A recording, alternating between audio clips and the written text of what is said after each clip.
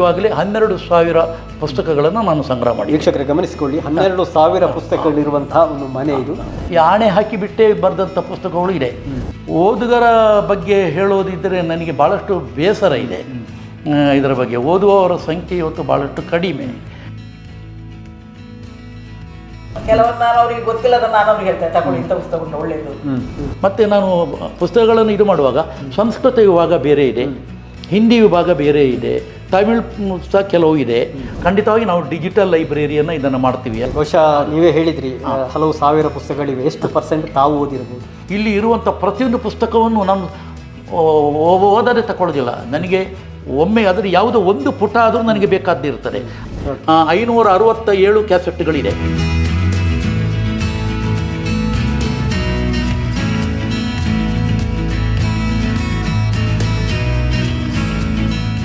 ಪ್ರಿಯ ವೀಕ್ಷಕರೇ ನಮಸ್ತೆ. ಪುಸ್ತಕಗಳು ನಮ್ಮ ಬದುಕಿನ ಮೇಲೆ ಬೀರುವಂಥ ಪ್ರಮಾಣ ಬಹಳ ಅಧಿಕವಾಗಿರುವಂಥದ್ದು. ನಾವು ಇವತ್ತು ಕುಕ್ಕೆ ಸುಬ್ರಹ್ಮಣ್ಯದಲ್ಲಿದ್ದೇವೆ. ಇಲ್ಲೊಬ್ಬರು ನಿವೃತ್ತ ಪ್ರಾಂಶುಪಾಲರಿದ್ದಾರೆ, ನಿವೃತ್ತ ಗ್ರಂಥಪಾಲಕಿ ಇದ್ದಾರೆ. ಅವರ ಮನೆ ಸಹಸ್ರ ಪುಸ್ತಕಗಳ ಒಂದು ಗ್ರಂಥಗಳ ಆಲಯ ಆಗಿದೆ. ಆ ಗ್ರಂಥಾಲಯದ ವಿಶೇಷತೆಯನ್ನು ಅರಿಯೋಣ, ಬನ್ನಿ ಅಲ್ಲಿಗೆ ಹೋಗೋಣ. ನಮಸ್ತೆ. ಸರ್, ಒಂದು ಮಾತಿದೆ ಕೇಳಿಸಿಕೊಂಡ ಹಾಗೆ, ನಾನು ದೊಡ್ಡ ದೊಡ್ಡ ಕಟ್ಟಡಗಳ ಮುಂದೆ ನಿಂತೆ ನಾವು ಸಣ್ಣವರು ಅಂತ ಅಂದುಕೊಳ್ಳಿಲ್ಲ, ಆದ್ರೆ ಗ್ರಂಥಾಲಯದ ಮುಂದೆ ನಿಂತಾಗ ನಾವು ತುಂಬಾ ಸಣ್ಣವರು ಅಂತ ಅಂದುಕೊಂಡಿದ್ದೀವಿ. ಬಹುಶಃ ನಾನಿದೆ ದೊಡ್ಡ ಗ್ರಂಥಾಲಯಕ್ಕೆ ಬಂದಾಗ ನಾವು ಮತ್ತಷ್ಟು ಸಣ್ಣವರಾಗ್ತೀವಿ. ಬಹುಶಃ ತಾವು ಪ್ರಾಂಶುಪಾಲರಾಗಿ ನಿವೃತ್ತರಾದವರು, ಮೇಡಮ್ ಗ್ರಂಥಪಾಲಕಿಯಾಗಿ ನಿವೃತ್ತರಾದವರು. ಅದು ಇವತ್ತೊಂದು ಪುಸ್ತಕದ ಅಥವಾ ಅಕ್ಷರದ ಒಡನಾಟ ತಮ್ಮದು. ಈ ಎಲ್ಲ ಕುರಿತು ಮಾತಾಡೋ ಮೊದಲು ನಿಮ್ಮೊಂದು ವೈಯಕ್ತಿಕ ಪರಿಚಯ ನಮ್ಮ ವೀಕ್ಷಕರಿಗೆ ಮಾಡಿ. ನಾನು ಅಶೋಕ್ ಕುಮಾರ್ ಅಂತೇಳಿಬಿಟ್ಟು, ನಂದು ಮೂಲತಃ ನಾನು ಮಡಿಕೇರಿ ತಾಲೂಕು ಪೆರಾಜೆ ಗ್ರಾಮದವನು. ಹೌದು. ಮತ್ತು ನನ್ನ ಪ್ರಾಥಮಿಕ ವಿದ್ಯಾಭ್ಯಾಸ ಎಲ್ಲ ಕೋಡಿ ಶಾಲೆ ಮತ್ತು ಕುಂಬಳಚೇರಿ ಶಾಲೆ ಪೆರಾಜೆಯಲ್ಲಿ ಆಯಿತು. ಹೈಸ್ಕೂಲ್ ವಿದ್ಯಾಭ್ಯಾಸವನ್ನು ನಾನು ಸಂಪಾಜೆ ಹೈಸ್ಕೂಲು ಸಂಪಾಜೆಯಲ್ಲಿ ಮಾಡಿರುವಂಥದ್ದು. ನಂತರ PUC ವಿಭಾಗ ಕಲಾ ವಿಭಾಗದಲ್ಲಿ ಗೌರ್ಮೆಂಟ್ ಜೂನಿಯರ್ ಕಾಲೇಜು ಸುಳ್ಯದಲ್ಲಿ ಮಾಡಿರುವಂಥದ್ದು. BA ಪದವಿಯನ್ನು ನೆಹರು ಮೆಮೋರಿಯಲ್ ಕಾಲೇಜು ಸುಳ್ಯದಲ್ಲಿ ಮಾಡಿಕೊಂಡೆ. ನಂತರ ನಾನು ಸ್ನಾತಕೋತ್ತರ ಪದವಿ ಪಡೆಯುವುದಕ್ಕಾಗಿ ಬಿಟ್ಟು master degree in social work, school of social work, Roshni ನಿಲಯ, ಮಂಗಳೂರು, ಇಲ್ಲಿ 1982ರಲ್ಲಿ ಸೇರಿಕೊಂಡೆ. 81, 82 ಈ ಇದರಲ್ಲಿ. ನಂತರ ಪ್ರಾರಂಭದ ಒಂದು ವರ್ಷ ನಮ್ಮದು ಅದು ಜನರಲ್ ಮಾಸ್ಟರ್ ಡಿಗ್ರಿ. ಅದು 2ನೇ ವರ್ಷಕ್ಕಾಗುವಾಗ ನಾವು ಸ್ಪೆಷಲೈಸೇಷನ್ ತಗೊಳ್ಬೇಕು. ಆ ಪ್ರಕಾರ ನಾನು ಅಲ್ಲಿ ಕರೆಕ್ಷನಲ್ ಅಡ್ಮಿನಿಸ್ಟ್ರೇಷನ್, ಕ್ರಿಮಿನಾಲಜಿ ಏನೋ ಸ್ಪೆಷಲೈಸೇಷನ್ ಆಗಿಬಿಟ್ಟು ತಗೊಂಡದ್ದು. ಅಲ್ಲಿ ನಾನೊಂದು ಟರ್ಮ್ ಪೇಪರ್ ಬರೆದಿದ್ದೆ. ಅದು ಸೋಷಿಯಲ್ ಡಿಸಾರ್ಗನೈಸೇಷನ್ ಆ್ಯಂಡ್ ಜುವೆನಲ್ ಡೆಲಿಂಕ್ವೆನ್ಸಿ ಅಂತೇಳಿಬಿಟ್ಟು ಬಾಲಾಪರಾಧಿಗಳ ಬಗ್ಗೆ ಇರುವಂಥ ಒಂದು ಟರ್ಮ್ ಪೇಪರನ್ನು, ಅದು ಈಕ್ವಲ್ ಟು ರಿಸರ್ಚ್ ಪೇಪರ್ನ ಇದಿರುವಂಥದ್ದು. ಅಲ್ಲಿಂದ ನಾನು ಮತ್ತೆ ಬ್ಯಾಂಗ್ಳೂರಿಗೆ ಉದ್ಯೋಗಕ್ಕಾಗಿ ಬಿಟ್ಟು 83ರಲ್ಲಿ ಮುಗಿಸ್ಕೊಂಡು ಬಿಟ್ಟು ಬ್ಯಾಂಗ್ಳೂರಿಗೆ ಹೋದೆ. ಅಲ್ಲಿ ಇದ್ದುಕೊಂಡು ಬಿಟ್ಟು ಪ್ರಾರಂಭದಲ್ಲಿ ಸ್ವಲ್ಪ ಕೆಲಸಕ್ಕೆ ಇಷ್ಟು ಓದಿದರೂ ಸಹ ಸ್ವಲ್ಪ ಕಷ್ಟ ಆಯಿತು. ಹಾಗೆ ನಾನು SLSRC ಹಾವನೂರು ಲಾ ಕಾಲೇಜಿನಲ್ಲಿ ಕಾನೂನು ಪದವಿಗೆ ಸೇರಿಕೊಂಡು ಬಿಟ್ಟು ಕಾನೂನು ವಿದ್ಯಾಭ್ಯಾಸವನ್ನು ಮಾಡ್ತಾಯಿದ್ದೆ. ಅಷ್ಟು ಹೊತ್ತಿಗೆ ನನಗೆ ಪ್ರಾರಂಭದಲ್ಲಿ ಸಿಕ್ಕಿದಂಥ ಉದ್ಯೋಗ ಅಂತೇಳಿದರೆ ಶುಗಾಲ್ ಲಾಟ್ರಿ ಏಜೆನ್ಸಿ ಅಂತ ಹೇಳುವಂಥದ್ದು ಬ್ಯಾಂಗ್ಳೂರಿನ ಗುಪ್ತಾ ಮಾರ್ಕೆಟ್ನಲ್ಲಿ ತಮಿಳ್ನಾಡಿನ ಒಂದು ಏಜೆನ್ಸಿಯವರು ಪ್ರಾರಂಭ ಮಾಡ್ತಾಯಿದ್ದರು. ನಾನು ಅಲ್ಲಿ ಅಕೌಂಟೆಂಟ್ ಆಗಿಬಿಟ್ಟು ಸೇರಿಕೊಂಡೆ.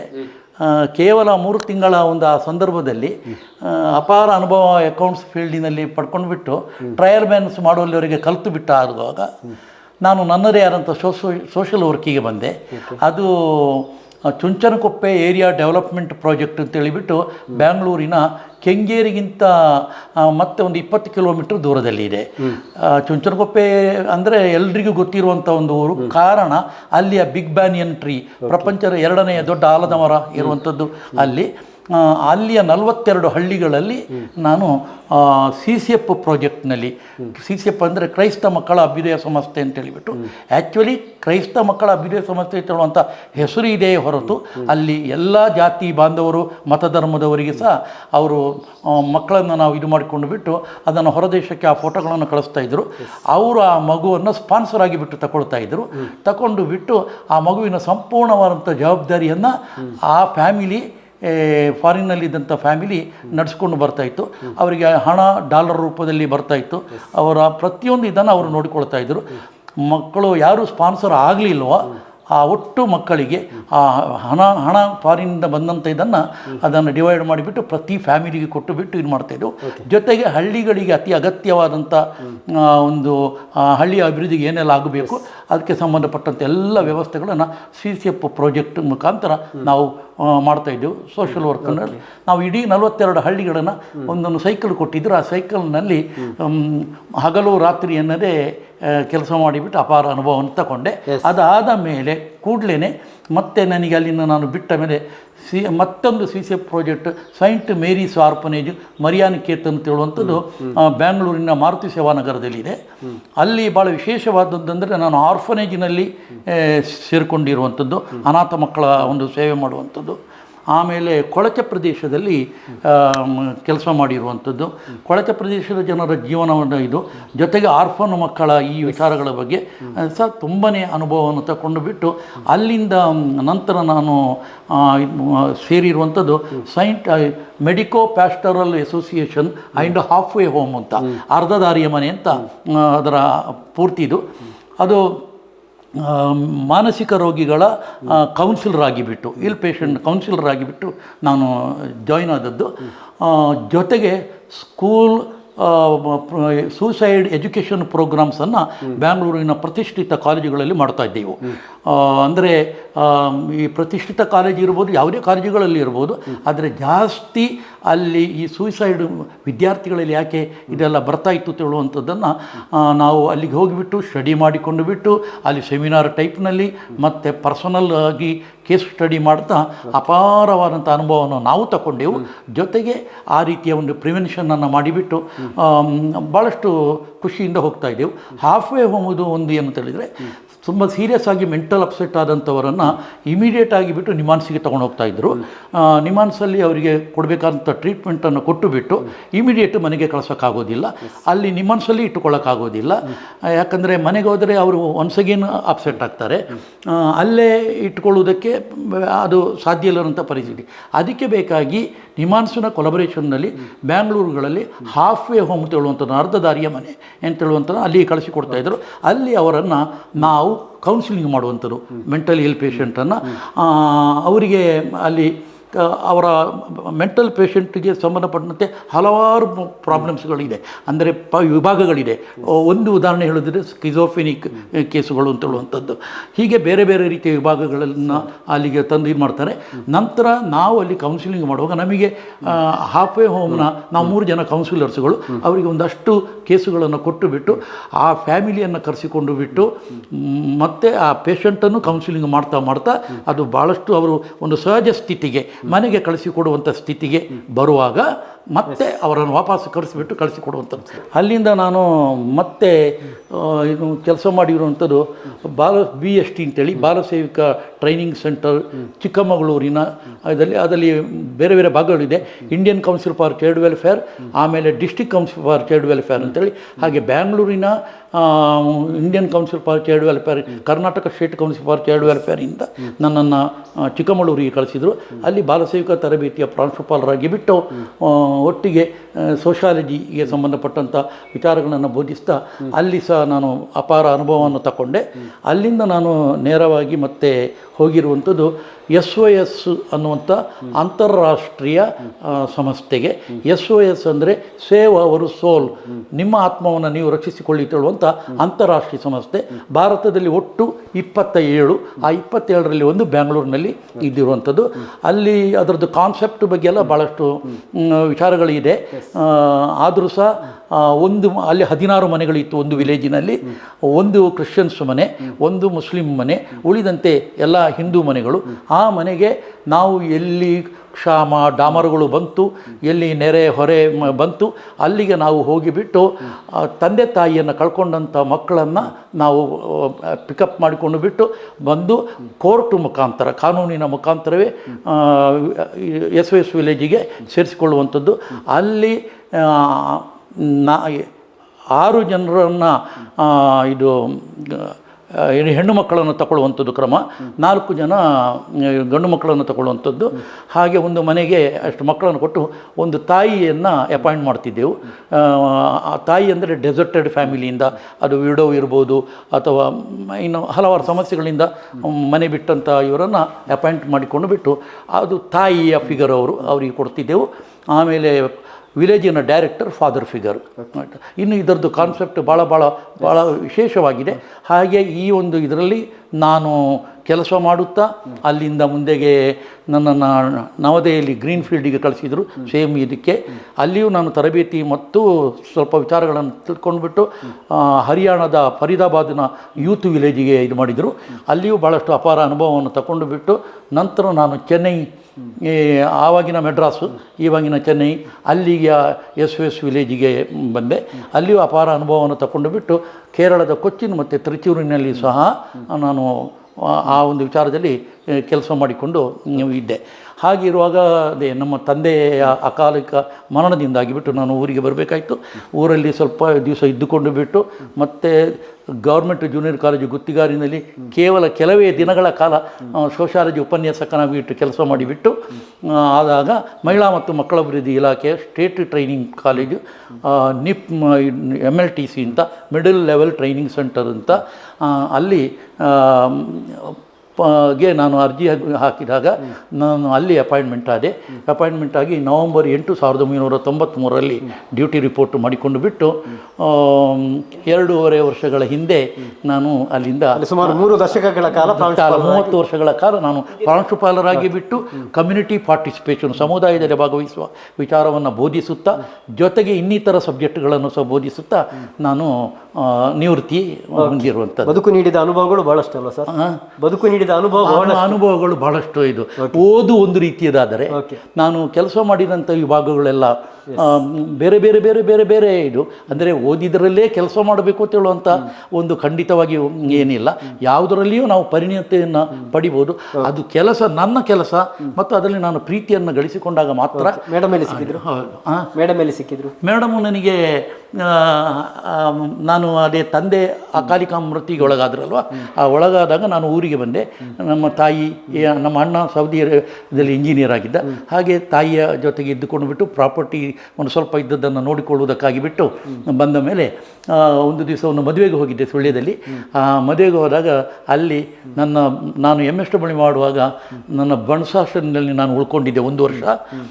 ಆವಾಗ ನನ್ನ ಹಾಸ್ಟೆಲಿನ ಒಡನಾಡಿಯಾಗಿಬಿಟ್ಟು ಕಿಶೋರ್ ಕುಮಾರ್ ಕೂಜುಗೋಡು ಅವರು ಸಿಕ್ಕಿದ್ರು, ಅವರ ತಂಗಿ ಇವರು. ಹಾಗೆ ಆ ಮದುವೆಯಲ್ಲಿ ಕೂತ್ಕೊಂಡು ನಾವು ಹಳೆಯ ಫ್ರೆಂಡ್ಸ್ಗಳೆಲ್ಲ ಮಾತಾಡ್ತಿರುವಾಗ ನನಗೆ ಗಾಡಿ ಸಿಗಲಿಲ್ಲ ತಿಳಿಬಿಟ್ಟು ನಾನು ಕಾಯರ್ತೋಡಿ ದೇವಸ್ಥಾನದ ಅಲ್ಲೇ ಮೇಲ್ಗಡೆ ಗದ್ದೆಯಲ್ಲಿ ಬಂದು ನಿಂತ್ಕೊಂಡಿದ್ದೆ. ಆವಾಗ ಬಂದರು ನಮ್ಮ ಭಾವನ ಇವರು ಬರ್ತಾರೆ, ಅಣ್ಣನವರಿಗೆ ಮದುವೆ ಇದರಿಂದ ಬರ್ತಾರೆ, ಮನೆ ನಮ್ಮದೇ ಜೀಪ್ ಉಂಟು ಅಲ್ಲಿ ಹೋಗುವ ಅಂತ ಹೇಳಿದರು. ಹಾಗೆ ನೀವು ಮದುವೆ ಆಗಿದ್ದೀರಾ ಅಂತೆಲ್ಲ ಕೇಳಿದರು. ಆಗ ನಾನು ಹೇಳಿದೆ ಇಲ್ಲ ಅಂತ ಹೇಳಿಬಿಟ್ಟು. ಮದುವೆ ಆಗುವ ಇದು ಉಂಟಾ ಅಂತ ಕೇಳಿದರು. ಉಂಟು ಖಂಡಿತವಾಗಿ ಅಂತ ಹೇಳಿಬಿಟ್ಟು. ಹುಡುಗಿ ಹೇಗೆ ಏನು ಇರಬೇಕು ಅಂತ ಹೇಳಿದರು. ನಾನು ಹೇಳಿದೆ ಒಂದು ಉದ್ಯೋಗದಲ್ಲಿ ಇದ್ದರೆ ತೊಂದರೆ ಇಲ್ಲ, ಮತ್ತು ಹೇಗಿದ್ದರೂ ತೊಂದರೆ ಇಲ್ಲ ಅಂತೇಳಿ. ಡೌರಿ ಗಿವ್ರಿ ಏನಾದರೂ ಉಂಟಾ ಅಂತ ಕೇಳಿದ್ರು. ಯಾವುದೇ ಕಾರಣಕ್ಕೂ ಅದೊಂದು ವಿಚಾರ ಮಾತಾಡಲಿಕ್ಕಿಲ್ಲ ಅಂತ ಹೇಳಿದೆ. ಹಾಗೆ ಮತ್ತು ನನ್ನ ತಂಗಿಯೊಬ್ಬರು ಇದ್ದಾರೆ ನೋಡಿ, ಆದರೆ ಇದಾಗುವಂಥದ್ದು ಇಲ್ಲತ್ತಿದ್ದರೆ ನಮ್ಮ ಈ ಆತ್ಮೀಯತೆ ಅನ್ನುವಂಥದ್ದು ಹಾಗೆ ಮುಂದುವರಿಬೇಕು ಅಂತ ಹೇಳುವಂಥ ಮಾತನ್ನು ಹೇಳಿದರು. ಹಾಗೆ ನಂತರ ನಮ್ಮ ಊರಿನ ಈಗ ಜ್ಞಾನೇಶ್ವರ್ ಅಂತ ಇಂಜಿನಿಯರ್ ಕಾಲೇಜಲ್ಲಿ ಪ್ರಿನ್ಸಿಪಾಲರಾಗಿದ್ದವರು, ಅವರ ತಂದೆ ಅನಂತ್ ಲಾಯರ್ ಅಂತ ಹೇಳಿಬಿಟ್ಟು ಅವರು ನಮಗೆ ನಮ್ಮ ಊರಿನವರೇ ಪೆರಾಜಿಯವರು. ಹಾಗೆ ಅವರು ಮತ್ತೆ ಇದನ್ನು ಸ್ವಲ್ಪ ಮುಂದುವರಿಸಿಕೊಂಡು ಹೋಗಿಬಿಟ್ಟು ಮತ್ತು ಕೆಲವೇ ತಿಂಗಳುಗಳಲ್ಲಿ ಮದುವೆ ಇದು ಸೆಟ್ ಆಯಿತು. ಹಾಗೆ ಎಂಗೇಜ್ಮೆಂಟ್ ಮಾಡಿಕೊಂಡೆವು. ಎಂಗೇಜ್ಮೆಂಟ್ ಆಗಿಬಿಟ್ಟು 8 ತಿಂಗಳು ಕಳೆದ ನಂತರ ನಮ್ಮದು 1993 ಮಾರ್ಚ್ 7ರಂದು ಮದುವೆ ಆಗಿರುವಂಥದ್ದು. ಸರಿ ಮೇಡಮ್, ತಾವು ತಮ್ಮ ಪರಿಚಯವನ್ನು ಹೇಳಿ ಸ್ವಲ್ಪ ಸಂಕ್ಷಿಪ್ತವಾಗಿ. ನಾನು ಕೂಜುಗೋಡು ಮನೆತನದವಳು. ನಮ್ಮ ಅಪ್ಪ ಪಟೇಲ್ ಕೂಜುಗೋಡು ನಾಗಪ್ಪ ಗೌಡ್ರು ಅಂತ. ನನಗೆ ಒಬ್ಬಳು ಅಕ್ಕ, 2 ಅಣ್ಣಂದಿರು, ಒಬ್ಬ ತಮ್ಮ. ಹಾಗೆ ನನ್ನ ವಿದ್ಯಾಭ್ಯಾಸ ಎಲ್ಲ ಫಸ್ಟಿಗೆ 5ನೇ ಶಾಲೆಯಲ್ಲಿ ಆಯಿತು, 5ನೇ ಕ್ಲಾಸ್ನವರೆಗೆ. ಆಮೇಲೆ ಸುಬ್ರಹ್ಮಣ್ಯಕ್ಕೆ ಬಂದೆ. 6ರಿಂದ PUC ತನಕ ನಾನು ಸುಬ್ರಹ್ಮಣ್ಯ ಪ್ರೈಮರಿ ಸ್ಕೂಲು ಮತ್ತು ಸುಬ್ರಹ್ಮಣ್ಯದ ಜೂನಿಯರ್ ಕಾಲೇಜಲ್ಲಿ ಸೈನ್ಸ್ ತಗೊಂಡು ನಾನು ಪಾಸಾಗಿ ಆಮೇಲೆ ಪುತ್ತೂರಿನ ವಿವೇಕಾನಂದ ಕಾಲೇಜಲ್ಲಿ BSc ಮುಗಿಸಿದೆ. ಆಮೇಲೆ ಲೈಬ್ರರಿ ಸೈನ್ಸ್, B.Lib ಸೈನ್ಸ್ ಅನ್ನ ಮಂಗಳೂರು ಯೂನಿವರ್ಸಿಟಿಲಿ ಮಾಡಿದೆ. ಆಮೇಲೆ M.Lib ಸೈನ್ಸ್ ಅನ್ನ ಅಣ್ಣಾಮಲೈ ಯೂನಿವರ್ಸಿಟಿಲಿ ಮುಗಿಸಿ MPhil ಪದವಿಯನ್ನು ಪಡ್ಕೊಂಡೆ. ಆಮೇಲೆ ಅದು ಆಮೇಲೆ ಆಯ್ತು. ನಾನು ಬಿಲಿಪ್ ಮುಗಿಸಿ ಒಂದು 6-7 ತಿಂಗಳಲ್ಲಿ ನನಗೆ ಸುಬ್ರಹ್ಮಣ್ಯ ಕಾಲೇಜಲ್ಲಿ ಅಪಾಯಿಂಟ್ ಆಯಿತು. ಆಮೇಲೆ ಅಲ್ಲಿಂದ ಇದು 2023ರಲ್ಲಿ ರಿಟೈರ್ಡ್ ಆಯಿತು. ಸುಮಾರು 36 ವರ್ಷಗಳ ಕಾಲ ನಾನು ಗ್ರಂಥಪಾಲಕಿಯಾಗಿ ಕುಕ್ಕೆ ಸುಬ್ರಹ್ಮಣ್ಯದ ಪದವಿ ಕಾಲೇಜಿನಲ್ಲಿ ಕೆಲಸ ಮಾಡಿ ನಮ್ಮ ಸಂಸಾರದಲ್ಲಿ ಸಂತೃಪ್ತ ಜೀವನ ನಡೆಸ್ತಾ ಇದ್ದೇವೆ. ಬಹುಶಃ ಕೂಜುಗೋಡು ಮನೆತನಕ್ಕೂ ಕುಕ್ಕೆ ಸುಬ್ರಹ್ಮಣ್ಯಕ್ಕೂ ಅವಿನಾಭಾವದ ಒಂದು ಸಂಬಂಧ ಇದೆ. ಬಹುಶಃ ಅಂಥದ್ದೇ ಒಂದು ನೆಲದಲ್ಲಿ ನೀವು ಇವತ್ತು ನೆಲೆ ನಿಂತಿದ್ದೀರಿ. ಅವರು ಗ್ರಂಥಪಾಲಕಿಯಾಗಿದ್ದರು, ನೀವು ಕೂಡ ಅಪಾರ ಓದಿನ ಹಸಿವಿದ್ದವರು ಮತ್ತು ಅಸಂಖ್ಯ ಅನುಭವವನ್ನು ಕೂಡ ಪಡೆದವರು. ಬಹುಶಃ ಅದೆಲ್ಲ ಒಂದು ಮೂರ್ತ ರೂಪ ಪಡೆದು ಈಗ ನಿಮ್ಮ ಮನೆಯೇ ಗ್ರಂಥಾಲಯ ಆಗಿದೆ ಅಲ್ವಾ? ಹೌದು. ಇದು ಯಾವಾಗಿಂದ ಮಾಡಿದ್ರಿ ಸರ್? ಇದು ಗ್ರಂಥಾಲಯ ಯಾವಾಗ ಸ್ಟಾರ್ಟ್ ಮಾಡಿ? ಗ್ರಂಥಾಲಯ ಅಂತೇಳಿ ಬಿಟ್ಟು ನಾನು ಇಲ್ಲಿ ಇದು ಮನೆ ಆದ ಮೇಲೆ ಇದನ್ನು ಒಂದು ವ್ಯವಸ್ಥೆ ರೂಪದಲ್ಲಿ ನನಗೆ ಅಲ್ಲಿ ಉಜಿರೆಯಲ್ಲಿರುವಾಗ ನನಗೆ ಕ್ವಾರ್ಟರ್ಸ್ ಸಿಕ್ತು. ಆ ಕ್ವಾರ್ಟರ್ಸ್ನಲ್ಲಿ ಒಂದು ಕಡೆ ನಾನು ಡಂಪ್ ಮಾಡಿದೆ. ಡಂಪ್ ಅಂದರೆ ಒಟ್ಟರಾಶಿ ಗೋಡೌನ್ನಾಗಿ ಅಲ್ಲ, ಅದು ಏನೇ ಇದ್ದು ನನಗೆ ಪ್ರಯೋಜನಕ್ಕೆ ಬರುವ ರೀತಿಯಲ್ಲಿ ಜೋಡಿಸ್ತಾ ಇದ್ದೆ. ಹಾಗೆ ಇಲ್ಲಿ ಮನೆಗೆ ಶಿಫ್ಟ್ ಆಗುವಾಗ ಅದು ಹೇಳ್ತೀನಿ ನಾನು. ಅದು ಗ್ರಂಥಪಾಲಕಿ ಸಿಕ್ಕಿದ ನಂತರ ಅದು ಸ್ವಲ್ಪ ಜಾಸ್ತಿ. ಹೌದು ಅದು ಹಾಗೂ ಆಯಿತು. ನಂತರ ನನಗೆ ಪ್ರಾರಂಭ ಅಂದರೆ ನಾನು ಸಣ್ಣ ವಯಸ್ಸಿನಿಂದಲೇ ನನಗೆ ತಿಳುವಳಿಕೆ ಬಂದ ಪ್ರಾರಂಭ ದಿವಸದಿಂದ ನನಗೆ ಈ ಸಂಗ್ರಹ ಮಾಡೋದು ಒಂದು ಅಭ್ಯಾಸ. ನಾನು ಪುಸ್ತಕ ಅಂತ ಹೇಳ್ತಾ ಇಲ್ಲ, ಅದು ಕಾಯಿನ್ಸ್ ಇರ್ಬೋದು, ಸ್ಟ್ಯಾಂಪ್ಸ್ ಇರ್ಬೋದು. ಆವಾಗೆಲ್ಲ ಸ್ಟ್ಯಾಂಪ್ ಹಾಕಿ ಅಂದರೆ ಇದು ಪೋಸ್ಟ್ ಆಫೀಸಿಂದ ಬರುತ್ತೆ ಅದು ಸೀಲ್ ಇರುವಂಥ ಸ್ಟ್ಯಾಂಪ್ಗಳನ್ನು ಪುಸ್ತಕಕ್ಕೆ ಅಂಟಿಸುವಂಥ ಕ್ರಮ. ಹೀಗೆ ಅದು ಡೆವಲಪ್ ಆದದ್ದು. ಕಾಯಿನ್ಸ್ಗಳ ಕಲೆಕ್ಷನ್ಸು, ಕರೆನ್ಸಿ ಕಲೆಕ್ಷನ್ಸು, ಕಾಡು ಉತ್ಪತ್ತಿಗಳ ಸಂಗ್ರಹ, ಹೀಗೆಲ್ಲ ಮಾಡುವಂಥದ್ದು ಒಂದು ದೊಡ್ಡ ಒಂದು ಇದೇ ಇತ್ತು, ಒಂದು ಕ್ರಮ ಇತ್ತು. ಅದು ಬರಹಗಾರದ ಮಟ್ಟದಲ್ಲಿ ಮತ್ತೆ ಬೆಳೀತಾ ಬೆಳೀತಾ ಬಂತು. ವೀಕ್ಷಕರೇ ಗಮನಿಸ್ತಾ ಇದ್ದೀರಿ, ತುಂಬ ಸುಸಜ್ಜಿತವಾದ ಒಂದು ಗ್ರಂಥಾಲಯವನ್ನು ಈ ದಂಪತಿ ಒಂದು ನಿರ್ಮಾಣ ಮಾಡಿದ್ದಾರೆ. ಅಸಂಖ್ಯ ಪುಸ್ತಕಗಳು ಇದೆ. ಯಾವೆಲ್ಲ ಪುಸ್ತಕಗಳಿವೆ ಎನ್ನುವುದನ್ನು ಅವರಲ್ಲೇ ಕೇಳೋಣ. ಸರ್, ಇದು ಸುಸಜ್ಜಿತವಾಗಿದೆ ಮತ್ತು ಬಹುಶಃ ತುಂಬ ಜನ ಇದರ ಪ್ರಯೋಜನವನ್ನು ಕೂಡ ಈಗ ಪಡ್ಕೊಳ್ತಾರೆ. ಈಗ ಡಿಜಿಟಲ್ ಯುಗ, ಬಹುಶಃ ಕನಸು ಕೂಡ ನಿಮಗೆ ಮುಂದೆ ಇರಬಹುದು. ಆದರೆ ಈಗ ಪ್ರಸ್ತುತ ಇರುವಂತಹ ಪುಸ್ತಕಗಳಲ್ಲಿ ಏನೆಲ್ಲ ಇವೆ? ಅತಿ ಮುಖ್ಯವಾಗಿ ನಾನು ಪುಸ್ತಕಗಳನ್ನು ಹೇಳೋದಿದ್ರೆ, ನಮ್ಮ ಜಗತ್ತಿನ 14 ಧರ್ಮಗಳಲ್ಲಿ ನನಗೆ ಗೊತ್ತಿದ್ದಾಗೆ ಧರ್ಮಗಳಲ್ಲಿ ನಾನು ಸುಮಾರು 7 ಧರ್ಮಗ್ರಂಥಗಳನ್ನು ಸಂಗ್ರಹ ಮಾಡಿದ್ದೀನಿ. ಅದರಲ್ಲಿ ಹಿಂದೂ ಧರ್ಮಕ್ಕೆ ಸಂಬಂಧಪಟ್ಟಂತೆ ಭಗವದ್ಗೀತೆ ಧರ್ಮಗ್ರಂಥ ಹೇಗೂ ಖಂಡಿತವಾಗಿ ಹೌದು ಇಲ್ಲ ಅಂತ ಹೇಳ್ತಾ ಇಲ್ಲ. ಆದರೆ ನಾನು ಕೊಟ್ಟಿರುವಂಥದ್ದು ಅಥವಾ ಭಾಳಷ್ಟು ಹಿರಿಯರಿಂದ ತಿಳ್ಕೊಂಡದ್ದು ಉಪನಿಷತ್ತಿನಿಂದ, ವೇದಗಳಿಂದ, ಹಾಗೆಯೇ ಮನುಸ್ಮೃತಿಯಿಂದ ಹಿಡಿದು ಮತ್ತು ಶಿವತತ್ವ ಪುರಾಣ ಇರ್ಬೋದು, ರಾಮಾಯಣ ಇರ್ಬೋದು, ಮಹಾಭಾರತ ಇರ್ಬೋದು, ಹಾಗೆ ಹಿಂದೂ ಧರ್ಮದ ಈ ಪ್ರತಿಯೊಂದು ಧರ್ಮಗ್ರಂಥಗಳು, ಪುರಾಣಗಳು ನನ್ನ ಸಂಗ್ರಹಾಲಯದಲ್ಲಿ ಇವಾಗ ಸಿಕ್ಕುವಂಥದ್ದು. ಆಮೇಲೆ ನಾನು ಬರಬೇಕಾದದ್ದು ಖುರಾನಿಗೆ ಸಂಬಂಧಪಟ್ಟಂತೆ. ಖುರಾನ್ ಇದು ಧರ್ಮಗ್ರಂಥ ಇಂಗ್ಲೀಷ್ನಲ್ಲಿ ಮತ್ತು ಕನ್ನಡದಲ್ಲಿ ಸಹವ್ಯವರವಾಗಿ ನಾನು ಸಂಗ್ರಹ ಮಾಡಿದ್ದೀನಿ. ಅದಾದ ಮೇಲೆ ಬೈಬಲಿಗೆ ಬರಬೇಕಾದದ್ದು. ಬೈಬಲ್ನಲ್ಲಿ 2 ಧರ್ಮಗ್ರಂಥ ಅತಿ ಮುಖ್ಯವಾಗಿ ಆಗಿರುವಂಥದ್ದು. ಮೊದಲು ಇದ್ದದ್ದು ಕ್ಯಾಥೋಲಿಕ್ಗೆ ಸಂಬಂಧಪಟ್ಟಂಥ ಒಂದು ಧರ್ಮಗ್ರಂಥ, ಅದನ್ನು ಹಳೆಯ ಒಡಂಬಡಿಕೆ ಅಂತ ಹೇಳ್ತಾರೆ. ಎರಡನೆಯದು ಹೊಸ ಒಡಂಬಡಿಕೆ, ಮಾರ್ಟಿನ್ ಲೂಥರ್ ಕಿಂಗ್ನಿಂದ ಪ್ರಾರಂಭ ಆಗಿರುವಂಥ ಒಂದು ಇದು. ಹಾಗೆ ಇದು 2 ಧರ್ಮಗ್ರಂಥಗಳು ನನ್ನ ಹತ್ರ ಇರುವಂಥದ್ದು. ಆಮೇಲೆ ನಾವು ಬರಬೇಕಾದದ್ದು ಜೈನ ಧರ್ಮಗ್ರಂಥಕ್ಕೆ, ಅದು ಸಂಗ್ರಹ ಆಗಿದೆ. ಅದಾದ ನಂತರ ಬೌದ್ಧ ಧರ್ಮಗ್ರಂಥ, ಅದು ಆಗಿದೆ. ಇನ್ನೊಂದು ವಿಶೇಷವಾದದ್ದು, ಸಾಮಾನ್ಯವಾಗಿ ಇಲ್ಲಿ ಇಲ್ಲದಂಥ ಒಂದು ಧರ್ಮಗ್ರಂಥ ಗುರುಗ್ರಂಥ ಸಾಹೇಬ್, ಸಿಖ್ಖರ ಧರ್ಮಗ್ರಂಥ.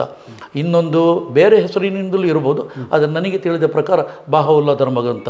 ಡೆಲ್ಲಿಗೆ ಹೋದಾಗ ಲೋಟಸ್ ಟೆಂಪಲ್ ನೀವು ಕಾಣ್ತೀರಿ, ಅದು ಸಂಪೂರ್ಣವಾಗಿ ಬಾಹುಲ್ಲಾ ಧರ್ಮಕ್ಕೆ ಸಂಬಂಧಪಟ್ಟಂತೆ ಇರುವಂಥದ್ದು. ಅದು ಸಮೇತ ನಾನು ಸಂಗ್ರಹ ಮಾಡಿದ್ದೀನಿ. ಧರ್ಮಕ್ಷೇತ್ರ ಇದು ಧರ್ಮ, ಇದು ಸುಬ್ರಹ್ಮಣ್ಯ ಎನ್ನುವಂಥದ್ದು ಧರ್ಮ. ಹೌದು. ಅದರಲ್ಲೇ ಒಂದು ಧಾರ್ಮಿಕ ಸಮನ್ವಯತೆಯ ದ್ಯೋತಕವಾಗಿ ಇಂಥ ಎಲ್ಲ ಗ್ರಂಥಗಳು ಇಲ್ಲಿವೆ ಅಂತ ಹೇಳಿದ್ರೆ ಒಂದು ವಿಶೇಷ. ಖಂಡಿತವಾಗಿ. ಇನ್ನು ಉಳಿದ ಧರ್ಮಗ್ರಂಥಗಳನ್ನು ಸಂಗ್ರಹಕ್ಕೆ ಬರೀತಾ ಇದ್ದೀನಿ. ಇವತ್ತಲ್ಲ ನಾಳೆ ಅದು ನನ್ನ ಸಂಗ್ರಹಾಲಯದೊಳಗಡೆ ಬರಲೇಬೇಕು ಅಂತ ಹೇಳುವಂಥ ಒಂದು ಹಠಕ್ಕೆ ಬಿದ್ದಿದ್ದೀನಿ. ಒಂದು ಇದಿಷ್ಟು ಧರ್ಮಗ್ರಂಥಕ್ಕೆ. ಇನ್ನು ನೊಬೆಲ್ ಪಾರಿತೋಷಕ ಪಡೆದಂಥ ಪುಸ್ತಕಗಳು ನನ್ನ ಪಡೀಲಿಕ್ಕೆ ಇವಾಗ ಪ್ರಯತ್ನ ಪಡ್ತಿದ್ದೀನಿ. ಅಟ್ ಪ್ರೆಸೆಂಟ್ ನನ್ನ ಹತ್ರ ಇರುವಂಥದ್ದು ಮ್ಯಾಕ್ಸಿಮ್ ಗೋರ್ಕಿ ಬರೆದಂಥ ತಾಯಿ ಕಾದಂಬರಿ ನನ್ನ ಹತ್ರ ಇರುವಂಥದ್ದು. ಆಮೇಲೆ ನಂತರ ಜ್ಞಾನಪೀಠ ಪ್ರಶಸ್ತಿ ನಮಗೆ ಭಾಳಷ್ಟು ಮುಖ್ಯವಾದಂಥ ವಿಚಾರಗಳು. ಪೊಲಿಟ್ಜರ್ ಪ್ರಶಸ್ತಿ ಬರೆದಿರುವಂಥದ್ದು ಇರ್ಬೋದು, ಬ್ರೂಕ್ ಪ್ರಶಸ್ತಿಯನ್ನು ಪಡೆದಂಥ ಪುಸ್ತಕಗಳಿರ್ಬೋದು, ಇದೆಲ್ಲ ನಾನು ಸಂಗ್ರಹ ಮಾಡಿದ್ದೀನಿ. ಅದರಲ್ಲಿಯೂ ಕೇಂದ್ರ ಸಾಹಿತ್ಯ ಅಕಾಡೆಮಿ ಪ್ರಶಸ್ತಿ ಪಡೆದಂಥ ಪುಸ್ತಕಗಳು ಭಾಳಷ್ಟು ವರ್ಷಗಳದ್ದು ನನ್ನ ಹತ್ರ ನಾನು ಸಂಗ್ರಹ ಮಾಡಿರುವಂಥ. ಇದು ಹೀಗೆ ಹೋಗ್ತಾ ಹೋಗ್ತಾ ಇದು ಹಾಡಿನಕ್ಕೆ ವಿಚಾರಗಳಿಗೆ ಬಂದರೆ ಭಾಳಷ್ಟು ಸೋಬಾನೆದು ಇರ್ಬೋದು, ಲಾವಣಿಗರು ಇರ್ಬೋದು, ಆಮೇಲೆ ಭಾವಗೀತೆಗಳು ಇರ್ಬೋದು, ಆಮೇಲೆ ಜನಪದ ಸಾಹಿತ್ಯ ಇರ್ಬೋದು, ಆಮೇಲೆ ನಾಟಕ ಪುಸ್ತಕಗಳು ಇರ್ಬೋದು. ಅದರಲ್ಲಿ ಸಮಗ್ರವಾದಂಥ ಪುಸ್ತಕಗಳು ನನ್ನ ಹತ್ರ ಇದೆ. ಈಗ ಉದಾಹರಣೆಗೆ ದತ್ತಾತ್ರೇಯ ರಾಮಚಂದ್ರ ಬೇಂದ್ರೆಯವರ ಸಮಗ್ರ ಕಾವ್ಯ ಸಂಪುಟ ನನ್ನ ಹತ್ರ ಇರುವಂಥದ್ದು, NS ಲಕ್ಷ್ಮೀನಾರಾಯಣ ಭಟ್ರವರದು ನನ್ನ ಹತ್ರ ಇರುವಂಥದ್ದು, ಬೇಂದ್ರೆಯವರ ಭಾಳಷ್ಟು ಇದು ಸಮಗ್ರ ಪುಸ್ತಕ ನನ್ನ ಹತ್ರ ಇರುವಂಥದ್ದು. ಹೀಗೆ ಸಮಗ್ರಗಳು ಭಾಳಷ್ಟು ಇದೆ. ನಂತರ ಬಿಡಿ ಬಿಡಿಯಾಗಿರುವಂಥ ಎಲ್ಲ ವಿಚಾರಗಳು ನನ್ನ ಹತ್ರ ಭಾಳಷ್ಟು ಇರುವಂಥ. ಸಂಖ್ಯೆ ದೃಷ್ಟಿಯಿಂದ ಹೇಳುವುದಾದರೆ ಎಷ್ಟು ಒಟ್ಟು ಸಂಖ್ಯೆ ಎಷ್ಟು? ಸಂಖ್ಯೆ ದೃಷ್ಟಿಯಿಂದ ಹೇಳೋದಿದ್ರೆ ಈವಾಗಲೇ 12,000 ಪುಸ್ತಕಗಳನ್ನು ನಾನು ಸಂಗ್ರಹ ಮಾಡಿ. ವೀಕ್ಷಕರೇ ಗಮನಿಸಿಕೊಳ್ಳಿ, 12,000 ಪುಸ್ತಕಗಳಿರುವಂಥ ಒಂದು ಮನೆ ಇದು. ಆ ಮನೆಯೊಳಗಿರುವಂಥ ಒಂದು ಗ್ರಂಥಾಲಯ. ಬಹಳ ಹಳೆಯ ಪುಸ್ತಕಗಳು ಕೂಡ ಇದೆಯಾ? ಇದೆ, ಖಂಡಿತವಾಗಿಯೂ ಇದೆ. ಭಾಳಷ್ಟು ಹಳೆಯದು.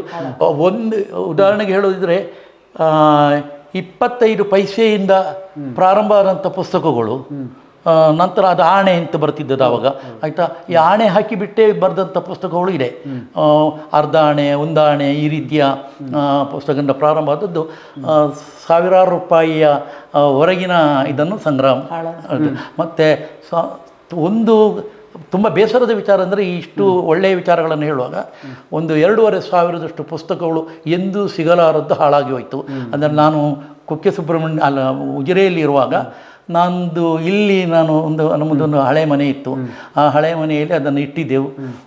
ಸರಿಯಾದಂಥ ಒಂದು ನೋಡಿಕೊಳ್ಳುವಂಥ ಒಂದು ಗೆದ್ದಲಿನ ಒಂದು ಪಾಲಾಗಿ ಹೋಯಿತು ಅಂತ ಹೇಳುವಂಥದ್ದು ಅದರಲ್ಲಿ ಅತಿ ಮುಖ್ಯವಾದ ಇವತ್ತಿಗೂ ನನ್ನ ಮೆಮೊರಿಯನ್ನು ಕುಟುತ್ತಾ ಇರುವಂಥದ್ದು ಮೊರಾರ್ಜಿ ದೇಸಾಯಿಯವರ ಸ್ವಾಮೂತ್ರ ಪಾನದ ಪುಸ್ತಕ.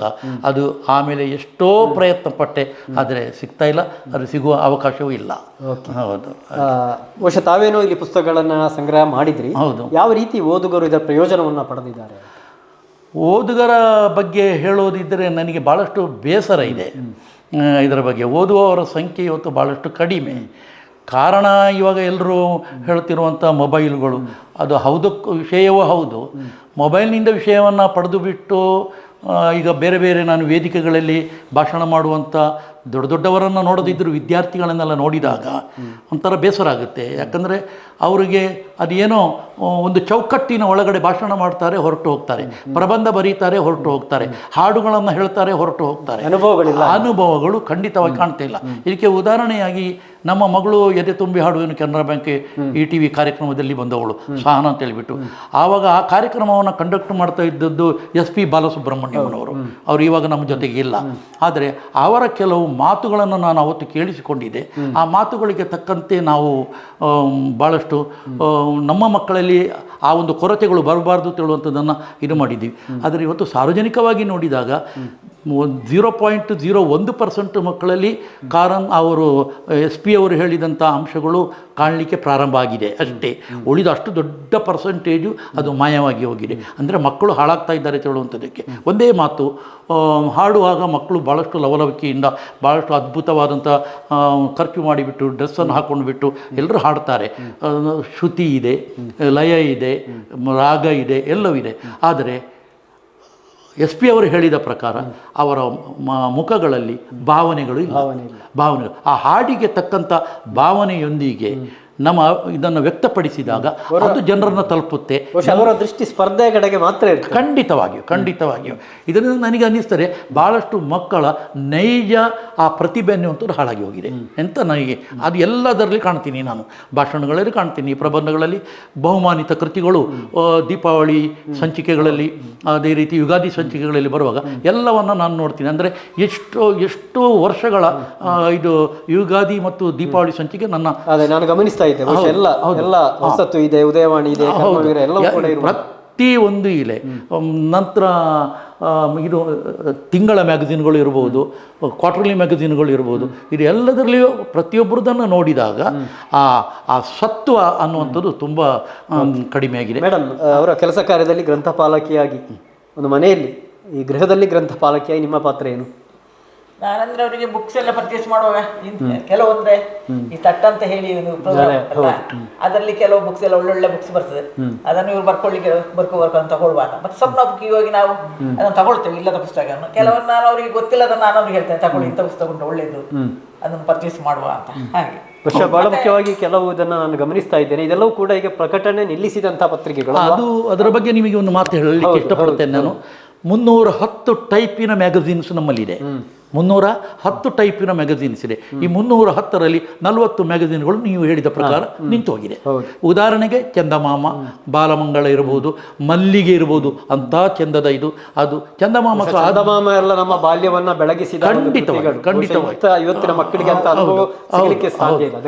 ಹೌದು. ಆ ಟೆಕ್ನಿಕ್ಸ್, ಕತೆ ಹೇಳುವ ಟೆಕ್ನಿಕ್ಸ್ ಚಂದಮಾಮದಲ್ಲಿ ಇತ್ತು. ಎಲೆ ಈ ಬೇತಾಳನೆ ಸ್ಟಾರ್ಟ್ ಮಾಡಿದ ಕೂಡಲೇ ಅದು ನಮಗೆ ನೋಡಿ ಇವಾಗ ಆಟೋಮೆಟಿಕ್ ಆಗಿ ಬರ್ತದೆ. ಆದರೆ ಇವಾಗ ನಮ್ಮ ಮಕ್ಕಳಿಗೆ ಎಲ್ಲ ಈ ಬೇತಾಳನೆ ಅಂತ ಹೇಳಿದ ಕೂಡಲೇ ಅದನ್ನು ಇನ್ನೊಂದು ರೀತಿಯ ಅರ್ಥದಲ್ಲಿ ತಕೊಂಡು ಬಿಟ್ಟು ಅದು ಹೌದು ವಿಕೋಪಕ್ಕೆ ಹೋಗುವಂಥ ಪರಿಸ್ಥಿತಿಗಳು. ಅದೆಲ್ಲ ಒಳ್ಳೊಳ್ಳೆ ಮ್ಯಾಗಝಿನ್ಗಳು ಇಲ್ಲದಾಗ ಆದದ್ದು ತುಂಬನೇ ಬೇಸರ ನಮಗೆ. ಈಗ ಉದಾಹರಣೆಗೆ ಮುಸ್ಲಿಂ ಮ್ಯಾಗಝಿನ್ಸ್, ಅನುಪಮ, ಈ ರೀತಿ ಆಲ್ ಖೈದಾ ಇಂಥದ್ದೆಲ್ಲ ನಮಗೆ. ಆಲ್ ಖೈದಾ ಅನ್ನುವಂಥದ್ದು ಮ್ಯಾಗಝಿನ್ಸ್ ಸಹ ಒಂದು ಇದೆ ಆಯ್ತು ಅವರದ್ದು. ಇದು 6 ರೀತಿದು ನನ್ನ ಹತ್ರ ಇದೆ. ಆ ರೀತಿ ಮೊಯ್ಲಾಂಜಿ ಇದೆಲ್ಲ ಅವರಿಗೆ ಸಂಬಂಧಪಟ್ಟ ಯಾವುದೇ ಇದನ್ನು ತಗೊಳ್ಳಿ. ಮತ್ತು ನಾನು ಪುಸ್ತಕಗಳನ್ನು ಇದು ಮಾಡುವಾಗ ಸಂಸ್ಕೃತ ವಿಭಾಗ ಬೇರೆ ಇದೆ, ಹಿಂದಿ ವಿಭಾಗ ಬೇರೆ ಇದೆ, ತಮಿಳ್ ಸಹ ಕೆಲವು ಇದೆ ಆಯಿತಾ, ಮಲಯಾಳಂ ಪುಸ್ತಕಗಳು 1-2 ನನ್ನ ಹತ್ರ ಇರುವಂಥದ್ದು, ಮತ್ತು ಇಂಗ್ಲೀಷ್ ವಿಭಾಗ ಭಾಳಷ್ಟು ದೊಡ್ಡದಾಗಿದೆ. ಅದರಲ್ಲಿ ಉದಾಹರಣೆಗೆ ಒಂದು ನಿಮಗೆ ಹೇಳ್ತೀನಿ. ವಿಲಿಯಂ ಶೇಕ್ಸ್ಪಿಯರ್ನ 4 ನಾಟಕಗಳು, ಅವನ ಎಲ್ಲ ಕೃತಿಗಳು ಒಂದೇ ಪುಸ್ತಕದಲ್ಲಿ ಇರುವಂಥದ್ದು. ಅವನ ಹಾಡು ಇರ್ಬೋದು, ಡ್ರಾಮಾಗಳು ಇರ್ಬೋದು, ಶರ್ಲಾಕ್ ಹೋಮ್ಸ್ ಇರ್ಬೋದು, ಜಾನ್ ಕೀಟ್ಸ್ ಕವಿಯ ಬಗ್ಗೆ ಇರ್ಬೋದು. ಅದು ಇಂಥದ್ದು ಉಂಟು ಇಂಥದ್ದು ಇಲ್ಲ ಅಂತ ಹೇಳುವಂಥ ವಿಭಾಗ ಇಲ್ಲ. ಪರ್ಸನಾಲಿಟಿ ಡೆವಲಪ್ಮೆಂಟಿಗೆ ಭಾಳಷ್ಟು ವಿಶೇಷವಾದಂಥ ಪುಸ್ತಕಗಳು ನನ್ನ ಹತ್ರ ಬೋತ್ ಕನ್ನಡ ಮತ್ತು ಇದು ಇಂಗ್ಲೀಷ್ನಲ್ಲಿ ಇರುವಂಥದ್ದು. ಆದರೆ ಸರ್, ಬಹಳಷ್ಟು ಮಂದಿಗೆ ಬದುಕಿನಲ್ಲಿ ತಾವು ದುಡಿದ ಹಣದಲ್ಲಿ ಆಸ್ತಿ ಖರೀದಿ ಮಾಡ್ತಾರೆ, ಅಥವಾ ಕಟ್ಟಡ ಖರೀದಿ ಮಾಡ್ತಾರೆ, ಮನೆ ಖರೀದಿ ಮಾಡ್ತಾರೆ. ನೀವು ಎಷ್ಟೋ ಲಕ್ಷ ಈ ಪುಸ್ತಕಗಳಿಗೆ ವ್ಯಯಿಸಿದ್ದೀರಿ. ಹೌದು, ಇದೇ ನಿಮಗೆ ಆಸ್ತಿ ಅಲ್ವಾ? ಹೌದು, ಖಂಡಿತವಾಗಿ. ನಾನು ಭಾಳಷ್ಟು ಮಂದಿ ಹತ್ರ ಹೇಳ್ತಾ ಇರ್ತೀನಿ, ನಮ್ಮ ಮನೆಗೆ ಬಂದರೆ ನಿಮಗೆ ಬೇರೆ ಏನು ಸಿಕ್ಕೋದಿಲ್ಲ, 4 ಪುಸ್ತಕಗಳು ಮತ್ತು ಅದರ ಜೊತೆಗೆ ಏನಾದರೂ ನೀವು ಪ್ರಶ್ನೆಗಳನ್ನು ಕೇಳಿದರೆ ಮಾತಾಡುವಂಥ ಒಂದು ಅನುಭವ ನಮ್ಮ ಹತ್ರ ಇದೆ, ಮತ್ತು ಬೇರೆ ಏನು ಸಿಕ್ಕಲಿಕ್ಕಿಲ್ಲ ಅಂತ ಹೇಳಿಬಿಟ್ಟು ಹೇಳಿದ್ದೀನಿ. ಓಕೆ, ಕಾಲ ಬದಲಾಗ್ತಾ ಇದೆ, ಸಂದರ್ಭ ಬದಲಾಗ್ತಾ ಇದೆ. ಬಹುಶಃ ಈಗಾಗಲೇ ನಮ್ಗೆ ಗೊತ್ತಿದೆ ವಾಸ್ತವ, ಕೊಂಡು ಓದುವಂತಹ ಪ್ರವೃತ್ತಿ ಕಡಿಮೆ ಆಗಿದೆ. ಡಿಜಿಟಲ್ ಲೋಕದಲ್ಲಿ ನಾವಿದ್ದೇವೆ. ಹಾಗಾಗಿ ಈ ಒಂದು ಗ್ರಂಥಾಲಯವನ್ನು ಕೂಡ ಡಿಜಿಟಲ್ ಗ್ರಂಥಾಲಯಗಳು ನಮ್ಮ ಸರ್ಕಾರಿ ವ್ಯವಸ್ಥೆಯಲ್ಲಿ ಇದೆ. ಅಂಥ ಒಂದು ದೂರದೃಷ್ಟಿ ಅಥವಾ ಮುಂದಾಲೋಚನೆ ತಮ್ಮಲ್ಲೂ ಇದೆಯಾ? ಖಂಡಿತವಾಗಿಯೂ ಇದೆ. ಅದನ್ನು ನಾವು ಯಾವಾಗಲೂ ಮಾತಾಡಿಕೊಳ್ತಾ ಇದ್ದೀವಿ. ನನಗೆ ಅನ್ನಿಸ್ತದೆ ಮುಂದಿನ 6 ತಿಂಗಳಲ್ಲಿ, ತಪ್ಪಿದರೆ 1 ವರ್ಷದ ಒಳಗಡೆ, ಇಟ್ ಟೇಕ್ಸ್ ಸಮ್ ಟೈಮ್, ಖಂಡಿತವಾಗಿ ನಾವು ಡಿಜಿಟಲ್ ಲೈಬ್ರರಿಯನ್ನು ಇದನ್ನು ಮಾಡ್ತೀವಿ. ಯಾಕಂದರೆ ಈಗಾಗಲೇ ತುಮಕೂರು ವಿಶ್ವವಿದ್ಯಾಲಯದಿಂದ ನನ್ನ ಭಾಳ ಆತ್ಮೀಯರು ಬಂದವರು ಹೇಳಿದರು, ಇದನ್ನು ಡಾಕ್ಯುಮೆಂಟ್ರಿ ಇದು ಮಾಡಬೇಕು ಅಂತ. ಮೊನ್ನೆ ಪುಣೆಯಿಂದ ಬಂದಿದ್ದರು ನನ್ನ ಆತ್ಮೀಯರು ಬಂದವರು, ಅದನ್ನು ನೋಡೋದಕ್ಕಾಗಿಯೇ ಇಲ್ಲಿಗೆ ಬಂದುಬಿಟ್ಟು ನೋಡಿಬಿಟ್ಟು ಹೇಳಿದ್ದಾರೆ, ನಾನು ಇದರ ಬಗ್ಗೆ ವಿಶೇಷವಾದಂಥ ಗಮನವನ್ನು ತಗೊಳ್ತೀನಿ ಅಂತ. ಮತ್ತು ಶ್ರೇಷ್ಠ ಯಕ್ಷಗಾನ ಪಟ್ಟು ಗೋಪಾಲರು ಅಂತೇಳಿಬಿಟ್ಟು ನನ್ನ ಕುಂಬಳೆ ಶ್ರೀಧರರಾವ್ ಅವರ ತಮ್ಮ ಗೋಪಾಲರು ನನ್ನ ಭಾಳಷ್ಟು ಆತ್ಮೀಯರು, ಅವರು ಸಹ ಭಾಳಷ್ಟು ಇದನ್ನು ವಿಚಾರಗಳನ್ನು ಕೊಟ್ಟಿದ್ದಾರೆ. ಅವರು ಹೇಳಿದ ಮೇಲೆ ತುಂಬ ಜನ ಇವಾಗ ಬಂದು ಹೋದರು. ಹೀಗೆ ಇವಾಗ ನಾವಂದರೆ ಪ್ರಚಾರಕ್ಕಾಗಿ ಪ್ರಾರಂಭ ಮಾಡಿದಲ್ಲ, ಒಂದು ನನ್ನ ತರಗತಿಗಳು, ನನ್ನ ಟ್ರೈನಿಂಗ್ಗಳು ಅತ್ಯುತ್ತಮವಾದ ರೀತಿಯಲ್ಲಿ ಆಗಬೇಕು ಅಂತಿದ್ರೆ ಇವತ್ತು ಕೊಟ್ಟಂಥ ಟ್ರೈನಿಂಗ್ ನಾಳೆ ದಿವಸ ನಾನು ಕೊಡೋದೇ ಇಲ್ಲ. ಇರ್ಬೋದು ಸಿಲೆಬಸ್ನಲ್ಲಿ ಅದು ಒಂದು ಟೈಟ್ಲ್ ಮಾತ್ರ ಇರ್ಬೋದು, ಆದರೆ ನಾಳೆ ದಿನ ವಿಶೇಷವಾದದ್ದು.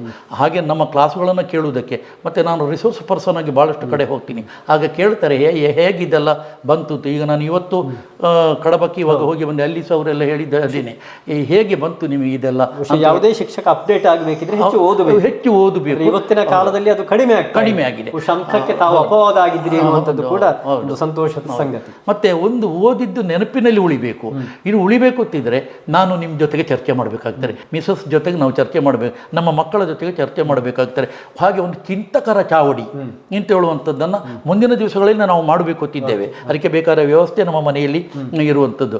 ಹಾಗೆ ನಾನು ಈ ಹಿಂದೆ MSW ಮಾಡ್ತಾ ಇರುವಾಗ ಉದಾಹರಣೆಗೆ ತಣ್ಣೀರು, ಈನಾಡು, ಬರ ಕಾದಂಬರಿ, ಇದನ್ನೆಲ್ಲ ನಾವು ಅವತ್ತಿನ ದಿವಸದಲ್ಲಿ ಕ್ಲಾಸಿನಲ್ಲಿ ಚರ್ಚೆ ಮಾಡಿದ್ದು.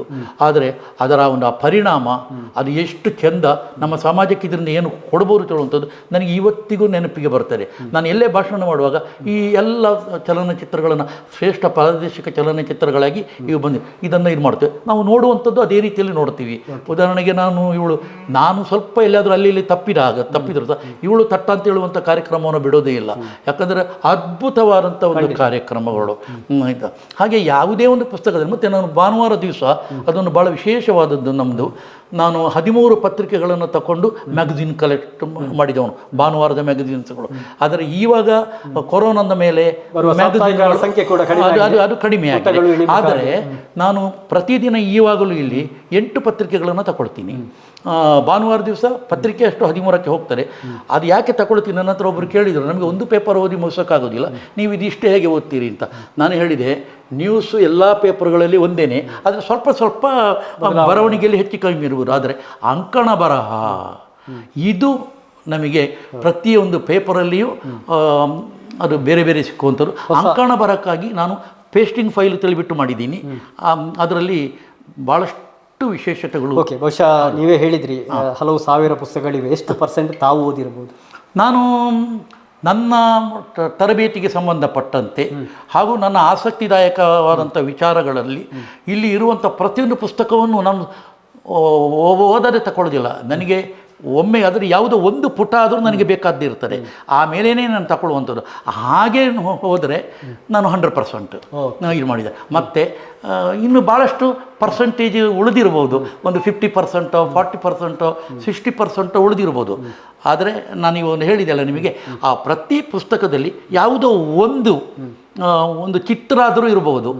ನನಗೆ ಬೇಕಾದ ಕಾರಣ ನಾನು ತಗೊಂಡೆ. ಇನ್ನು ಸಿಕ್ಕೋದು ಯಾಕಂದರೆ ಚಿತ್ರದ ಪುಸ್ತಕ ವೆಂಕಟಪ್ಪನ ಆರ್ಟ್ ಗ್ಯಾಲರಿದು ಪುಸ್ತಕ ನನ್ನ ಹತ್ರ ಇದೆ, ನಿಜಲಿಂಗಪ್ಪನವರ ಆರ್ಟ್ ಇದು ನನ್ನ ಹತ್ರ ಇದೆ, ಕುವೆಂಪುರವ್ರದ್ದು ಇದೆ, KK ಹೆಬ್ಬಾರರವ್ರದ್ದು ಇದೆ, RK ಲಕ್ಷ್ಮಣರವರ ಸಿಂಗಲ್ ಇದು ಚಿತ್ರದ ಇದು ನನ್ನ ಹತ್ರ ಇರುವಂಥದ್ದು. ಹೀಗೆ ಇದು ಯಾರ ಕಾರಣ ಈ ಓದುವಿಕೆ ನನ್ನದು ಈ ರೀತಿಯಲ್ಲಿದೆ. ಮತ್ತು ಪ್ರತಿಯೊಂದು ಓದುವಿಕೆಯು ನಾನು ಎಲ್ಲೇ ಭಾಷಣಕ್ಕೆ ಹೋಗಲಿ ಅಲ್ಲಿ ಅದು ತಟ್ ಅಂತ ನೆನಪಿಗೆ ಬರುತ್ತೆ. ಅದರ ಕೆಲವು ನುಡಿಗಳನ್ನು ಆ ಸಂದರ್ಭಕ್ಕೆ ಸರಿಯಾಗಿ ಹೇಳಿಬಿಟ್ಟು ಇದು ಮಾಡ್ಕೊಡ್ತೀನಿ. ವೀಕ್ಷಕರೇ, ಈ ಗ್ರಂಥಾಲಯವನ್ನು ನೋಡಬೇಕಿದ್ರೆ ಈ ಒಂದು ಕಪಾಟು ಮತ್ತೊಂದು ಆಕರ್ಷಣೆಯ ಕೇಂದ್ರ ಆಗಿದೆ. ತಾವು ಗಮನಿಸ್ತಾ ಇದ್ದೀರಿ, ಕೆಸೆಟ್ಗಳಿಗೆ ಒಂದು ಕಾಲದಲ್ಲಿ ನಮ್ಮೆಲ್ಲರ ಬಾಲ್ಯಗಳನ್ನು ಅಥವಾ ಯೌವನಗಳನ್ನು ವಿಜೃಂಭಿಸಿದಂಥ ಎಲ್ಲ ಕೆಸೆಟ್ಗಳು, ಟೇಪ್ ರೆಕಾರ್ಡ್ಗಳು ಇತ್ತು. ಅದರಲ್ಲಿ ಇದನ್ನು ಹಾಕಿ ತಾವು ಗಮನಿಸ್ತಾ ಇದ್ದೀರಿ.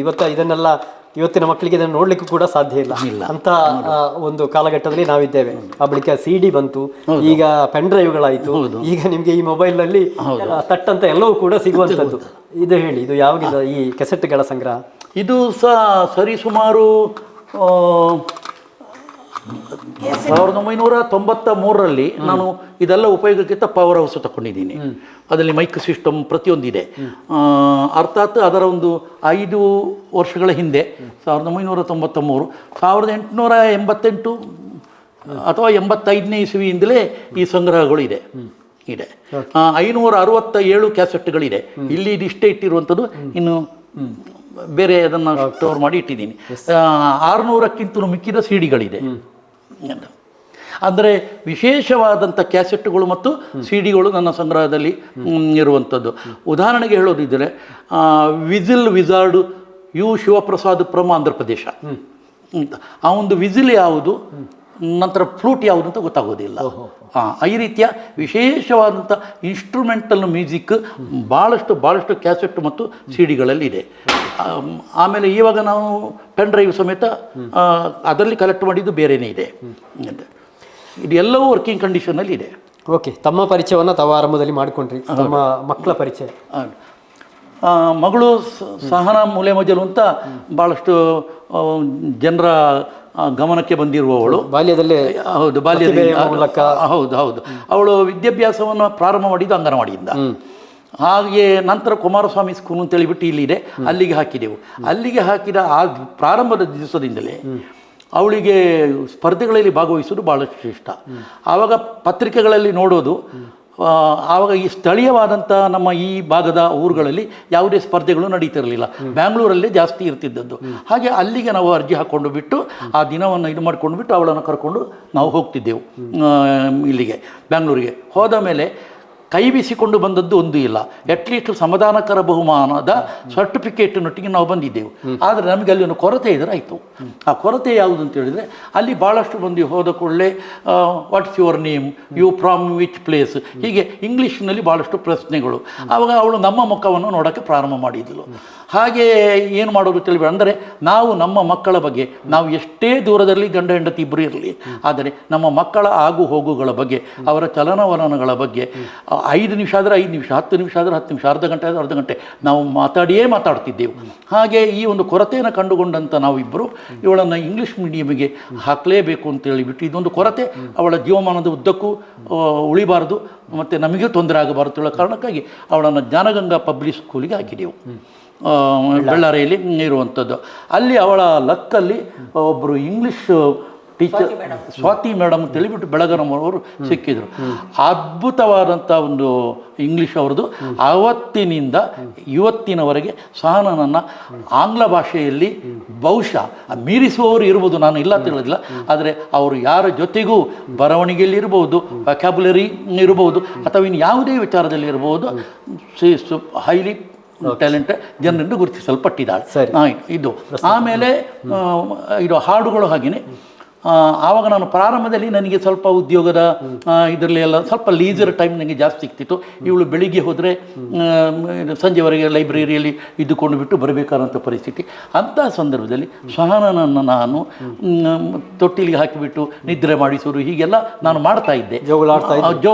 ಅದರಲ್ಲಿ ಜಾನಪದ ಗೀತೆಗಳು ನಾನು ಜಾಸ್ತಿ ಹಾಡುವಂಥದ್ದು ಅದೇನೆ.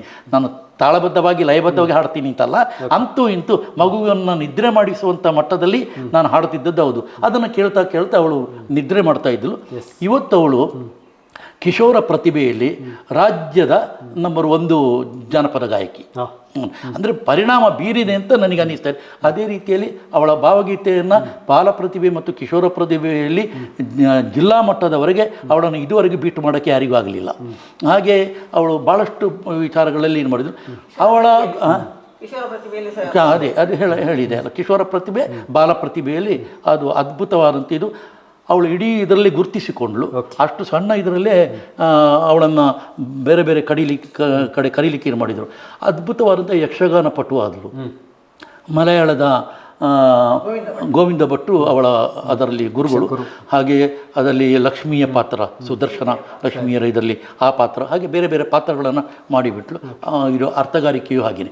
ಜೀವನ್ ರಾಮ್ ಸುಳ್ಳಿ ಅವರು ಅವಳ ನಾಟಕಗಳ ಬ್ಯಾಕ್ಗ್ರೌಂಡ್ ಸಿಂಗರನ್ನಾಗಿ ಬಿಟ್ಟು ಮಾಡಿದರು. ಅವರ ಗರಡಿಯಲ್ಲಿ ಅವಳು ಭಾಳಷ್ಟು ಇವತ್ತಿಗೂ ಅವರಿಗೂ ಹಾಗೆಯೇ ಸಹನ ಅಂದರೆ ಭಾಳಷ್ಟು ಸಂತೋಷ ಪಡುವವರು.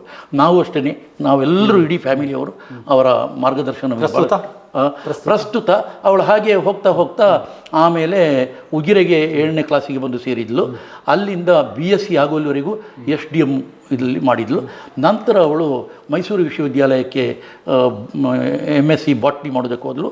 ಅಲ್ಲಿ ಅದನ್ನು ಮುಗಿಸಿಕೊಂಡು ಆದ ಮೇಲೆ ಬೇರೆ ಬೇರೆ ಕಾಲೇಜುಗಳಲ್ಲಿ ಕೆಲಸ ಮಾಡಿದ್ಲು. ಪ್ರಸ್ತುತ MB ಪುರಾಣಿಕರವರ ಮಂಗಳೂರಿನ ಶಾರದಾ ಕಾಲೇಜಿನಲ್ಲಿ ಬಾಟ್ನಿ ಉಪನ್ಯಾಸಕಿಯಾಗಿ ಬಿಟ್ಟು ಕೆಲಸ ಮಾಡ್ತಾ ಇದ್ದಾಳೆ. ವೈವಾಹಿಕ ಬದುಕು ಅವಳಿಗೆ ಮದುವೆ ಕೊರೋನಾ ಟೈಮಲ್ಲಿ ಮದುವೆ ಆಯಿತು. ಹಾಗೆ ಕೊಡಗಿನ ಮೂರ್ನಾಡಿಗೆ ಮದುವೆ ಮಾಡಿಕೊಟ್ಟದ್ದು. ಅವಳ ಹಸ್ಬೆಂಡಿನ ಹೆಸರು ಚಂದನ್ ಬೈಲೆ ಅಂತೇಳಿಬಿಟ್ಟು, ಅವನು HDFC ಬ್ಯಾಂಕಿನಲ್ಲಿ RM ಆಗಿಬಿಟ್ಟು ದೇರಳಕಟ್ಟೆ ಮಂಗಳೂರಿನಲ್ಲಿ ಕೆಲಸ ಮಾಡ್ತಾ ಇದ್ದಾರೆ. ಅವಳಿಗೆ ಅಲ್ಲಿ ಕ್ವಾರ್ಟರ್ಸ್ ಇರುವ ಕಾರಣ ಭಾಳಷ್ಟು ಇಬ್ಬರು ಜೊತೆಗೆ ಹೋಗೋದಕ್ಕೆ ಇರುತ್ತೆ. ನೆಕ್ಸ್ಟ್ ಮಗ ಶ್ರೇಯಸ್ ಅಂತೇಳಿಬಿಟ್ಟು ಅವನು ಸಹ ಈ ಸಂಗೀತ ಫೀಲ್ಡಿನಲ್ಲಿ ಭಾಳಷ್ಟು ಪರ್ಟಿಕ್ಯುಲರ್ಲಿ ಮೃದಂಗದಲ್ಲಿ ಜೂನಿಯರನ್ನು ಮುಗಿಸಿಕೊಂಡಿದ್ದಾನೆ. ಸಂಗೀತ ಜೂನಿಯರ್ ಆಗಿದೆ. ನಂತರ ಅವನು ಪ್ರಸ್ತುತ FIST ಅಂದರೆ ಫಿಸ್ಟ್ ಕಂಪನಿಯಲ್ಲಿ ಡಿಸೈನ್ ಇಂಜಿನಿಯರ್ ಆಗಿಬಿಟ್ಟು ಕೆಲಸ ಮಾಡ್ತಾ ಇದ್ದಾನೆ. ಓಕೆ. ಅವನು ವಿದ್ಯಾಭ್ಯಾಸವನ್ನು SDM ಇಂಜಿನಿಯರಿಂಗ್ ಕಾಲೇಜಿನಲ್ಲಿ ಮಾಡಿ ಮುಗಿಸಿರುವಂಥದ್ದು. ನಿಮ್ಮ ಪುಸ್ತಕಗಳ ಸಾಹಿತ್ಯದ ಅಕ್ಷರದ ಒಡನಾಟ ಹೀಗೆ ಮುಂದುವರಿಲಿ ಎನ್ನುವುದು ನಮ್ಮ ಆಶಯ ಸರ್. ಓಕೆ, ಸಂತೋಷ ಸಂತೋಷ. ಓಕೆ.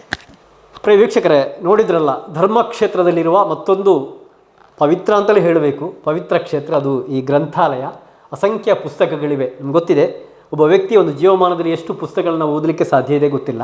ಆದರೆ ಇಲ್ಲಿ ಈ ಒಂದು ಗ್ರಂಥಾಲಯವನ್ನು ನಿರ್ಮಾಣ ಮಾಡಿರುವಂಥ, ಅದನ್ನು ಮುನ್ನಡೆಸ್ತಾ ಇರುವಂತಹ ಆ ಆಲಯದ ಒಡೆಯ ಈ ದಂಪತಿ, ಅವರು 100% ಈ ಪುಸ್ತಕವನ್ನು ಓದಿದ್ದಾರೆ ಅಂತ ಹೇಳಿದರೆ ಅದನ್ನು ನಿಜವಾಗಿಯೂ ಕೂಡ ಒಂದು ಸಾಧನೆಯೇ ಸರಿ. ಅವರು ಮಾತ್ರ ಅಲ್ಲ, ಇನ್ನಷ್ಟು ಮಂದಿ ಈ ಪುಸ್ತಕಗಳ ಪ್ರಯೋಜನ ಪಡೆಯುವಂತಾಗಲಿ ಎನ್ನುವುದು ನಮ್ಮ ಆಶಯ ಕೂಡ. ಕುಕ್ಕೆ ಸುಬ್ರಹ್ಮಣ್ಯದ ಈ ಗ್ರಂಥಾಲಯದಿಂದ camera person Kaushik Ram, reporter Kushanth Koratilaka ಜೊತೆ ದುರ್ಗಾ ಕುಮಾರ್ ನಾಯರ್ಕೆರೆ, ಸುದ್ದಿ ನ್ಯೂಸ್, ಸುಳ್ಯ.